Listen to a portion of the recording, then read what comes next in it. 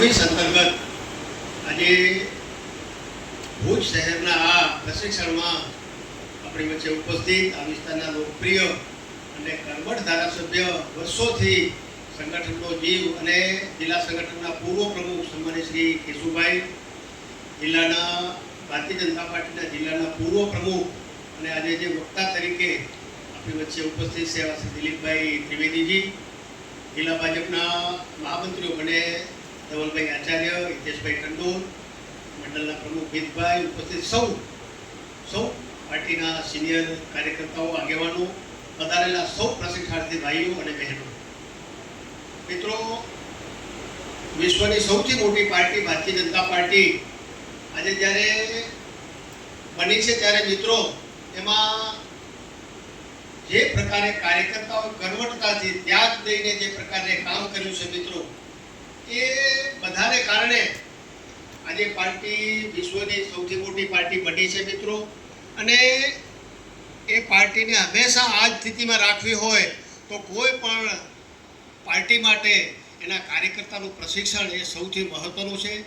ભારતીય જનતા પાર્ટીમાં આ જનસંઘના રૂપથી જ્યારે જનસંઘની સ્થાપના થઈ 1951થી, ત્યારથી પછી 1980માં ભારતીય જનતા પાર્ટીના રૂપમાં પણ આ સંગઠનની પ્રક્રિયા સતત અવિરત એ કાર્યકર્તાના પ્રશિક્ષણ માટે ચાલી રહી છે. એમાં આજે જ્યારે આપણે મળ્યા છીએ ત્યારે આપણે બધાએ મિત્રો જે પ્રકારે આ વિચાર લઈને શરૂ થયેલો છે વિચાર, કારણ કે કાર્યકર્તા જો વિચારથી અડગો જાય, જ્યારે વિચારથી દૂર જાય ત્યારે પાર્ટીનું પતન થતું હોય છે. કોંગ્રેસે આપણી સામે દાખલો છે, જોયો છે આપણે બધાએ, કે જે પ્રકારે વિચારથી જ્યારે વિમુખ થાય કોઈ પણ પાર્ટી, વ્યક્તિ, સમાજ, ત્યારે એનું અધઃપતન થતું હોય છે. ત્યારે આપણે પણ એ નક્ષીક ધ્યાનમાં રાખીએ છીએ અને એટલા માટે જ આ પાર્ટીની વિચારધારાને લઈને આપણે બધા સતત આવા પ્રકારના કાર્યક્રમો દ્વારા સતત પાર્ટીમાં નવી ઉર્જા, નવા લોકો, એનું પ્રશિક્ષણ, આ બધાની ચિંતા કરતા હોય છે મિત્રો.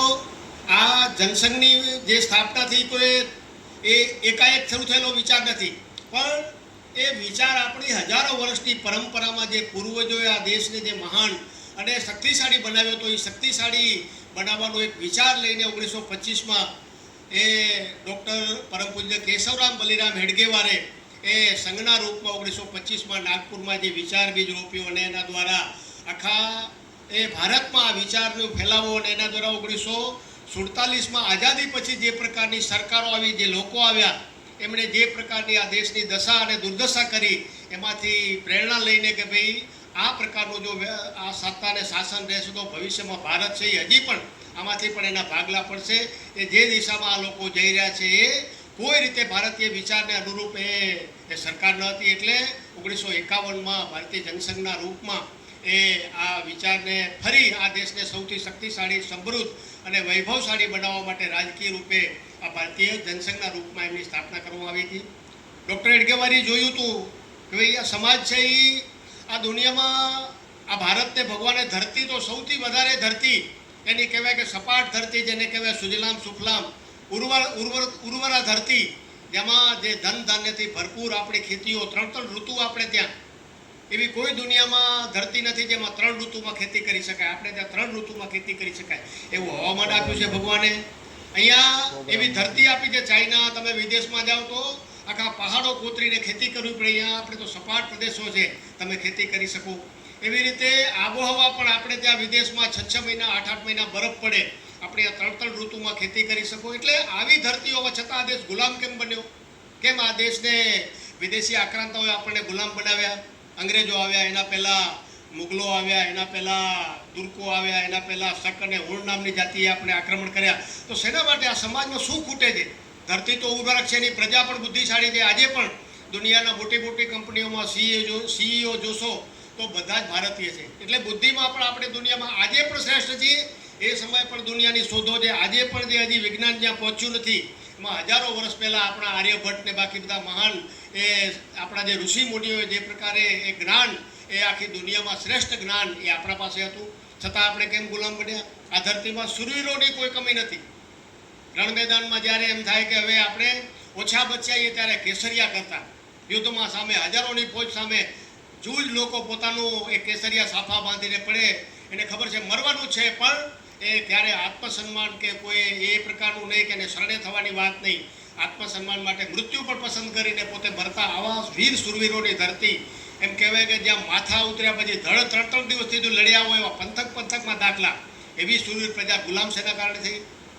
અહીંયાના બાળકો, અહીંયાની સ્ત્રીઓ તમે જુઓ તો અહીંયાની રજપૂતાણી બહેનો ચિત્તોડગઢમાં એક સાથે 25,000 બહેનોએ પોતે એ પોતાના આત્મસન્માન માટે એ વિધર્મીઓ સામે પોતે પોતાનું દેહ એ અભડાવાય નહીં એટલા માટે પોતે અગ્નિ સ્નાન કરીને પણ પોતાનું જીવને બચાવવાનો પ્રયત્ન ન કર્યો, પણ એ પોતે આત્મસન્માન માટે ચિતામાં કૂદીને પોતાનું દેહ એ આપ્યો, પણ એ શરણે ન થયા. આવા બહેનો અહીંયાના બાળકો, ગુરુ ગોવિંદસિંહના 2 પુત્રો ફતેહસિંહ ને જોરાવર, વર્ષી 7 વર્ષને 9 વર્ષના બાળકને શું ખબર પડે, પણ એને ધર્મ ત્યાગ્યો નહીં, પણ ઊભા દિવાલમાં ચડાઈ જવાનું પસંદ કર્યું. એવા તો બાળકો અહીંયાના. આવી સુરવીર પ્રજા ગુલામ થાય જ નહીં, પણ છતાં આપણે ગુલામ થયા. આવી અનેક બાબતોમાં તમે જોશો તો આપણે શ્રેષ્ઠ દુનિયામાં હોવા છતાં આપણે ગુલામ થયા. એનું ચિંતન ડૉક્ટર સાહેબે કર્યું, અને ચિંતનના અંતે એને એમ લાગ્યું કે અહીંયાનો સમાજમાં ક્યાંક ને હજારો વર્ષની આ પરંપરામાં હવે સ્થિરતા આવી છે.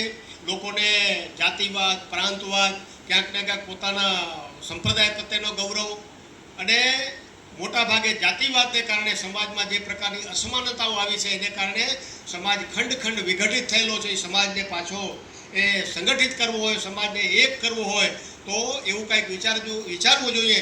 અને એવા એક નાનકડા છોકરાઓ, નાના કહેવાય કે 9-10 વર્ષના બાળકોથી શરૂ કરેલું સંઘ આજે વિશ્વનું સૌથી મોટું સંગઠન પણ બન્યું છે.